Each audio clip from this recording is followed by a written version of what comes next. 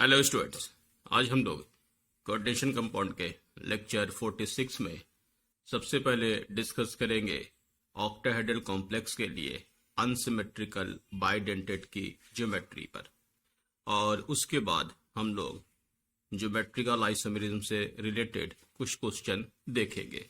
तो सबसे पहले अनसिमेट्रिकल के कुछ एग्जाम्पल देखते हैं। ये देखिए, सबसे पहले इससे पिछले लेक्चर में हम लोगों ने अनसिमेट्रिकल के कुछ एग्जाम्पल देखे थे और अब उसी को आगे यहाँ पर कंटिन्यू करते हैं। M A B B two C two. अब देखिए यहाँ पर, क्योंकि ए बी यानी कि अनसिमेट्रिकल बाइडेंटेट एक ही है, तो विदाउट स्ट्रक्चर डायरेक्ट देखिए कैसे बनाएंगे।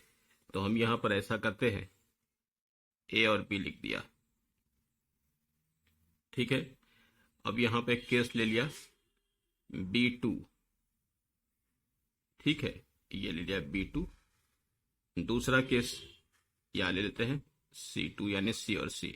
AB को कांस्टेंट ले लिया, फिर से यहां पर ले लेंगे। तीसरा एक केस क्या बनेगा, BC, यानी कि ये अभी आपके पास कांस्टेंट है। कांस्टेंट का मतलब ये 90 डिग्री होगा, और ऐसे लेने का मतलब आपको पता है ना, ये हम लोग ट्रांस के अकॉर्डिंग लेते हैं। अब आप बचे हुए ग्रुप लिख दें। अगर बी और बी ले लिया तो बचा हुआ ग्रुप कौन सा होगा, सी होगा। यहां पर भी आप इसको ले लिया तो बचा हुआ ग्रुप कौन सा होगा, दूसरा बचा हुआ ग्रुप बी और बी, और तीसरा बचा हुआ ग्रुप कौन सा होगा, बी और सी। अब देखिए यहां पर स्ट्रक्चर में क्या है, ये आपके पास ट्रांसफर है, ये भी ट्रांसफर है, यानी कि ये वाले फॉर्म पर अगर हम देखें तो ये ट्रांसफर है,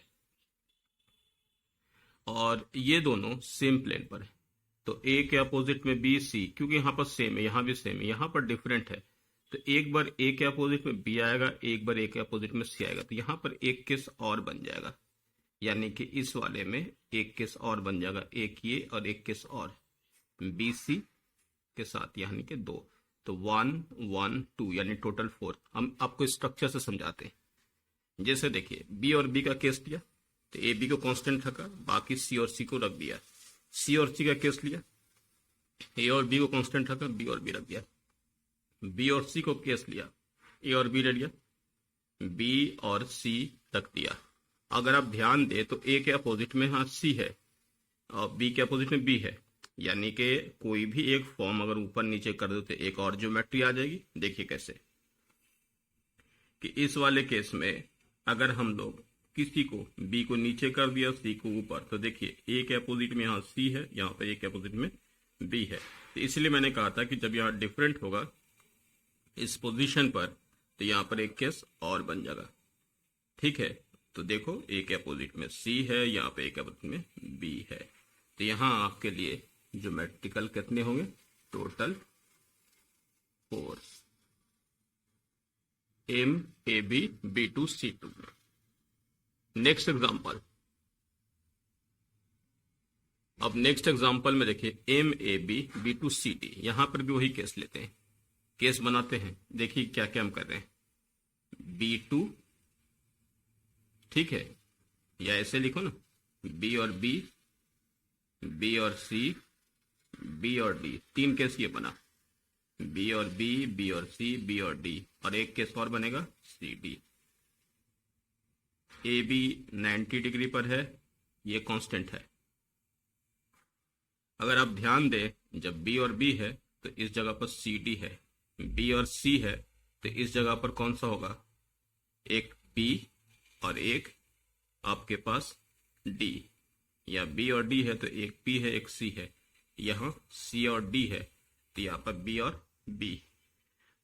अगर आप ये ट्रांस पर ले रहे 180 पर, तो क्लियर है कि ये वाला इनको हम लोग जैसे ये स्ट्रक्चर बनाया है उसी तरीके से ये, तो क्योंकि ये डिफरेंट है तो यहाँ पर इनके पोजीशन को चेंज करेंगे तो एक और मिलेगा। ये भी डिफरेंट है, एक और मिलेगा, ये भी डिफरेंट है, एक और मिलेगा, ये सेम है, इसमें नहीं बनेगा। तो टोटल यहाँ पर 7 स्ट्रक्चर से आपको समझाते हैं। ए और बी और बी ले लिया, ए और बी कांस्टेंट। देखिए यहाँ पर सी और डी ले लिया। अब सी और डी ले लिया तो ए के अपोजिट में डी है, तो एक ही स्ट्रक्चर इसमें इसको ऊपर नीचे कर लेंगे तो ए के अपोजिट में डी है तो दूसरा स्ट्रक्चर ए के अपोजिट में सी आ जाएगा। तो यहां पर आपको इसका 2 फॉर्म बन जाएगा। नेक्स्ट में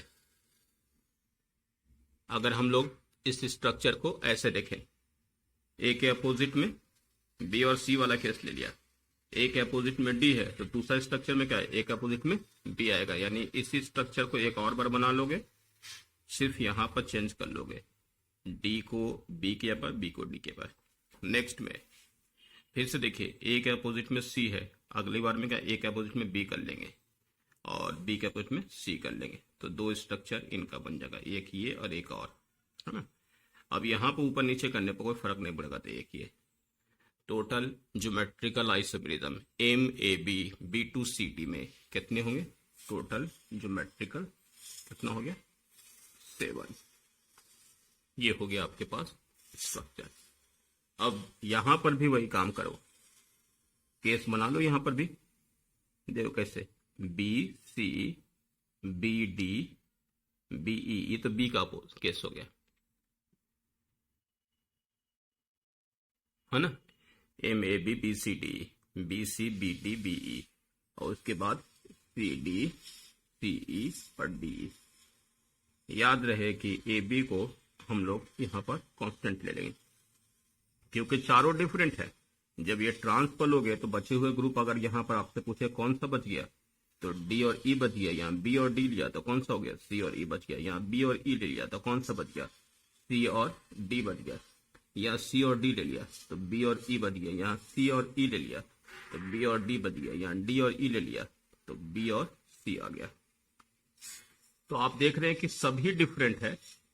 अगर ये ट्रांसपोजिशन पर है तो हर का 2 केस बन जाएगा, यानी कि 2 2 2 2 2 2, टोटल कितने हो गए, 12। देखिए जैसे अब स्ट्रक्चर भी इनका बनाए हुए हैं, ये बाइडेंटेड है, ये सभी बाइडेंटेड लिख लो पहले तो, ये बाइडेंटेड है, ये बाइडेंटेड। अब देखो बी के अपोजिट में सी ले लिया, बी सी वाला केस ले लिया तो डी और ई है तो, और ए के अपोजिट में एक बार डी हो जाएगा, अब बी के अपोजिट में एक बार ई हो जाएगा, यानी कि इसका 2 स्ट्रक्चर बन जाएगा। इसमें भी ए के अपोजिट में सी तो ए के अपोजिट में ई भी आ जाएगा, यानी कि इसी को ऊपर नीचे करो तो एक स्ट्रक्चर और बन जाएगा। इसी वाले केस में इनको फिर से ए के अपोजिट में सी है, एक और स्ट्रक्चर, ए के अपोजिट में डी से 2 स्ट्रक्चर इनका भी तैयार हो जाएगा। या भी ए के अपोजिट में बी है तो एक और में इनको इंटरचेंज कर लेंगे तो एक स्ट्रक्चर ये एक और बन जाएगा, ए के अपोजिट में बी एक और इनका, और यहाँ भी टोटल ज्योमेट्रिकल कितने हो गए, 12। अगर हम आपको याद दिला दें, यही सेम स्ट्रक्चर जब सिमेट्रिकल बाइडेंटेड था, देखिए ये जब सिमेट्रिकल बाइडेंटेड था ABCDE में, तो इस वाले में टोटल 6 बने थे। क्यों? क्योंकि यहां पर जो केस है ये कांस्टेंट है, तो इनका कोई इंटरचेंज करने से फर्क नहीं पड़ा था, समझ रहे। तो इनका स्ट्रक्चर इसकी वजह से कोई फर्क नहीं पड़ा। जब ये अनसिमेट्रिकल होगा तो इनका एक फॉर्म और बन जाएगा, इसीलिए यहां पर 12 बना था। तो ये हो गया आपके पास अनसिमेट्रिकल बाइडेंटेड का। अब ये वैल्यू अगर आप ध्यान रखें तो इनके क्वेश्चन डायरेक्ट आ जाएंगे। AB के लिए 2 और ये MA2 B2 C2 माना था मैंने, याद है ना, MA2 B2 C2, तो इसके 5। यहाँ पर MA2 B2 CD माना था, 6 हो गया। और इसके अभी कितने बनाए, अभी तो हम लोगों ने देखा ये हो गया 4 हो गया, और MB2 CD का कितना है, 7 है, और ये हो गया 12। अब देखिए अनसिमेट्रिकल बाइडेंटेड की ये जो मैंने टेबल बनाए हैं ये बहुत काम के हैं। इनके डायरेक्ट क्वेश्चन इसी से आता है। अगर आप ये एक टेबल को एक जगह लिख ले, या कैलकुलेट करने का तरीका है, स्ट्रक्चर ना भी बनाए तो मैंने तो आपको स्ट्रक्चर से समझाया है। अगर आप स्ट्रक्चर ना भी बनाए तो थोड़ा सा इन सब चीजों को जो मैंने आपको टेक्निक बताई है इस पर एग्जाम्पल पर ध्यान रखेंगे तो देखिए कि कहाँ पर इंटरचेंज करना कैसे। तो ये केसेस बनाओ और उसके अकॉर्डिंग आप ज्योमेट्री का ये वाला फॉर्म की जरूरत नहीं है। जैसे मैंने यहाँ पर डायरेक्ट इसको देख के बना लिया, अब डायरेक्ट बना लोगे तो स्ट्रक्चर की जरूरत नहीं है। अब इनसे रिलेटेड कुछ क्वेश्चंस देखते हैं ज्योमेट्रिकल के। देखिए, species that can have trans isomer is en ethylene या डायमंड या इथेन 1,2 डायमंड, OX ऑक्सिलेट है, PT EnCl2 है। ठीक है, सबसे पहले तो ये देखिएगा, ये वाले केमिकल क्या है, कोऑर्डिनेशन नंबर 4, कोऑर्डिनेशन नंबर 4, और अगर PT है तो स्क्वायर प्लेनर, बाइडेंटेट है EN कैसा है, सिमेट्रिकल,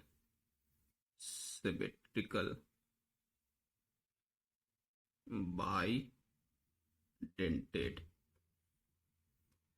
अगर हम आपको बताएं तो सिमेट्रिकल बाइडेंटेड देख करके ही आपको पता चल जाएगा कि इनमें कोई भी ज्योमेट्री नहीं बनेगी। अगर हम आपको ये केस एक बार दिखा दें,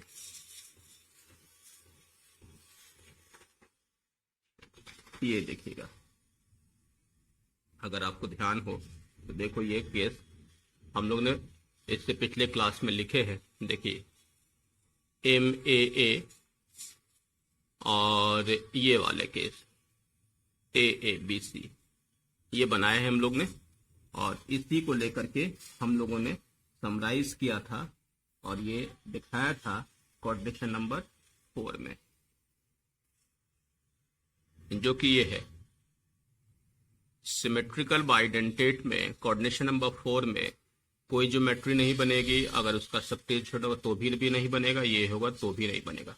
तो ये वाले केसेस अगर आपको ध्यान हो तो देखिए, इसी से डायरेक्ट क्वेश्चन वहां पर आया है। तो ये हो गया आपके पास सिमेट्रिकल बाइडेंटेट को लेकर के कि टोटल ज्योमेट्री यहां पर, तो ए ऑप्शन की ज्योमेट्री नहीं बनेगी, पहला केस।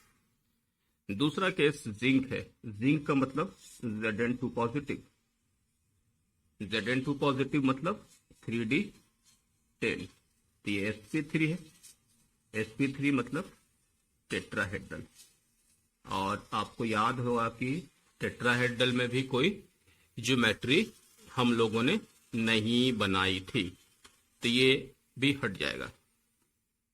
अब यहां पर बाइडेंटेट है, लेकिन उसने ट्रांस पूछा है, तो चलो दिखाते आपको। अगर मैंने EN को 2 बार ले लिया,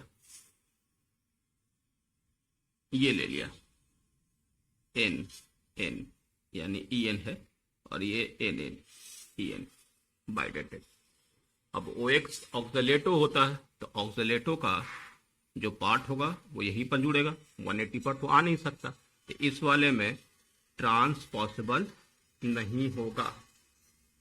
समझते हो, इस वाले में ट्रांस पॉसिबल नहीं होगा। अब ये देखिए MAA2B2 यानी के कोऑर्डिनेशन नंबर 6 के ऑक्टाहेड्रल में MAAB2। अब नेक्स्ट में अगर हम यहां पर आ जाए MAAB2 यानी के बाइडेंटेट वाले फॉर्म में, तो देखो ये है आपके पास नेक्स्ट फॉर्म MAA2B2, 2 MAA2BC यानी के 2। तो अगर कोई बाइडेंटेट 2 होगा और बाइडेंटेट सिमेट्रिकल 2 होगा और यहां पर ये होगा, तो भी इसकी 2 ज्योमेट्री बन जाएगी। तो देखिए, डायरेक्ट क्वेश्चन आपको इससे आ गया बाइडेंटेट को लेकर के। तो 2 ज्योमेट्री यानी कि इसमें बनेगा। कैसे बनाएंगे एक बार हम फिर से आपको दिखा दे। देखिए, सिंपल स्ट्रक्चर है, ये देखो इस तरीके से ले लिया, N और N, ये बाइडेंटेट हो गया, यहाँ पर Cl ले लिया MA2B2, तो ये कौन सा हो गया, ये हो गया सिस। और फिर से ये Cl और Cl को ट्रांसफर ले लो, यहाँ पर N और N ले लिया, N और N, इथिलीन डायमंड का डोनर N होता है ना, तो ये ले लिया। तो एक क्वेश्चन था कि the species that can have trans isomer, तो किस में बन रहा है, सी वाले में, है ना, MAA2B2। तो यहां पर करेक्ट ऑप्शन कौन सा हो जाएगा? सी हो जाएगा। ठीक है, अब नेक्स्ट क्वेश्चन पर आते हैं।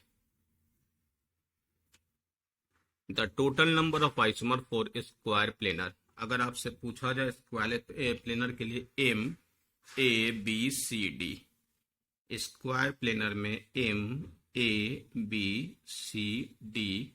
ये हम लोग को स्क्वायर प्लेनर के लिए हम लोग ने पढ़ा है कि ज्योमेट्रिकल कितनी होती है?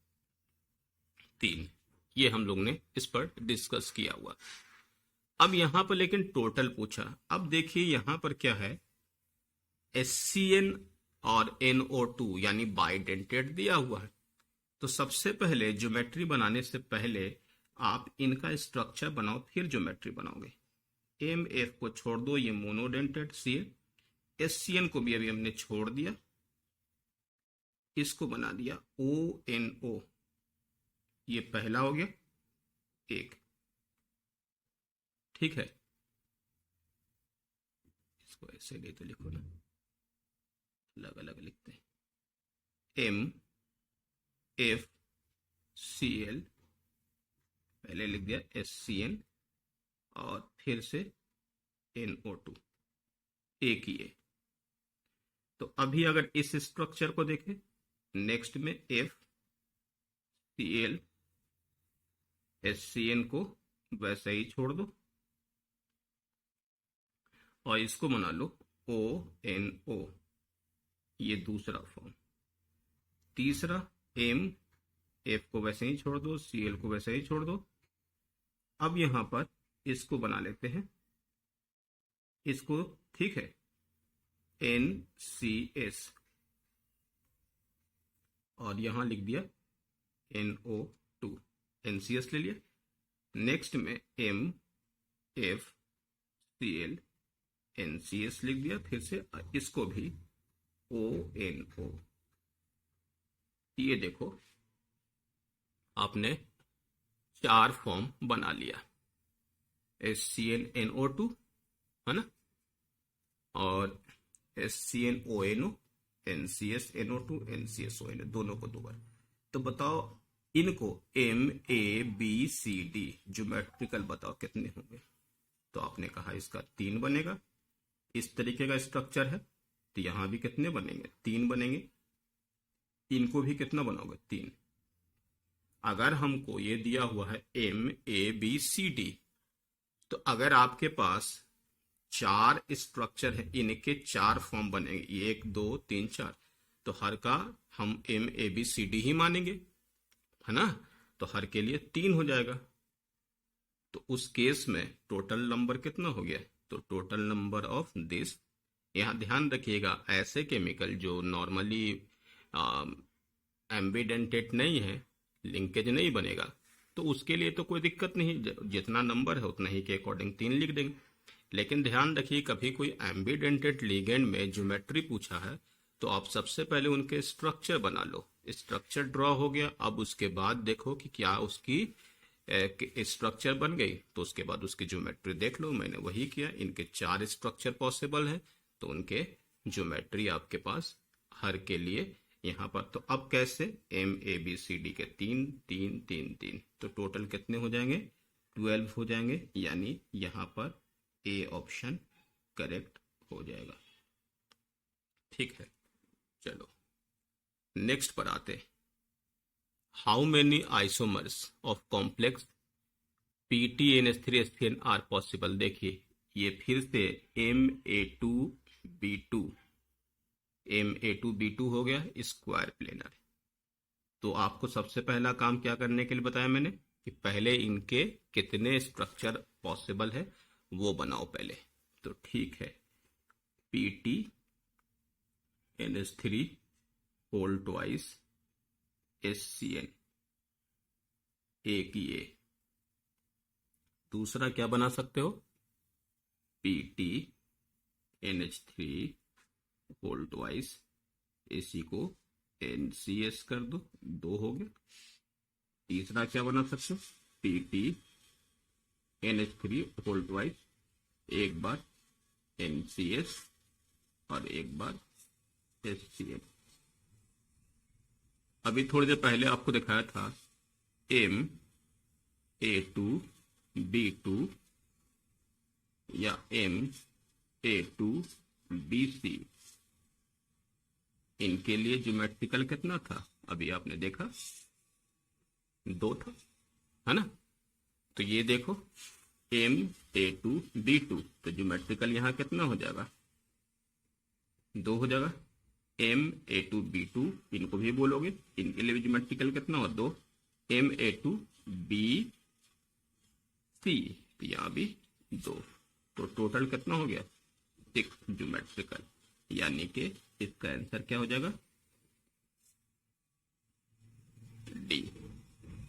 नेक्स्ट में possible geometrical isomers of MAABr2Cl2। देखिए सिमेट्रिकल बाइडेंटेट है, इसमें भी फॉर्मूले पर क्वेश्चन मिल जाएगा।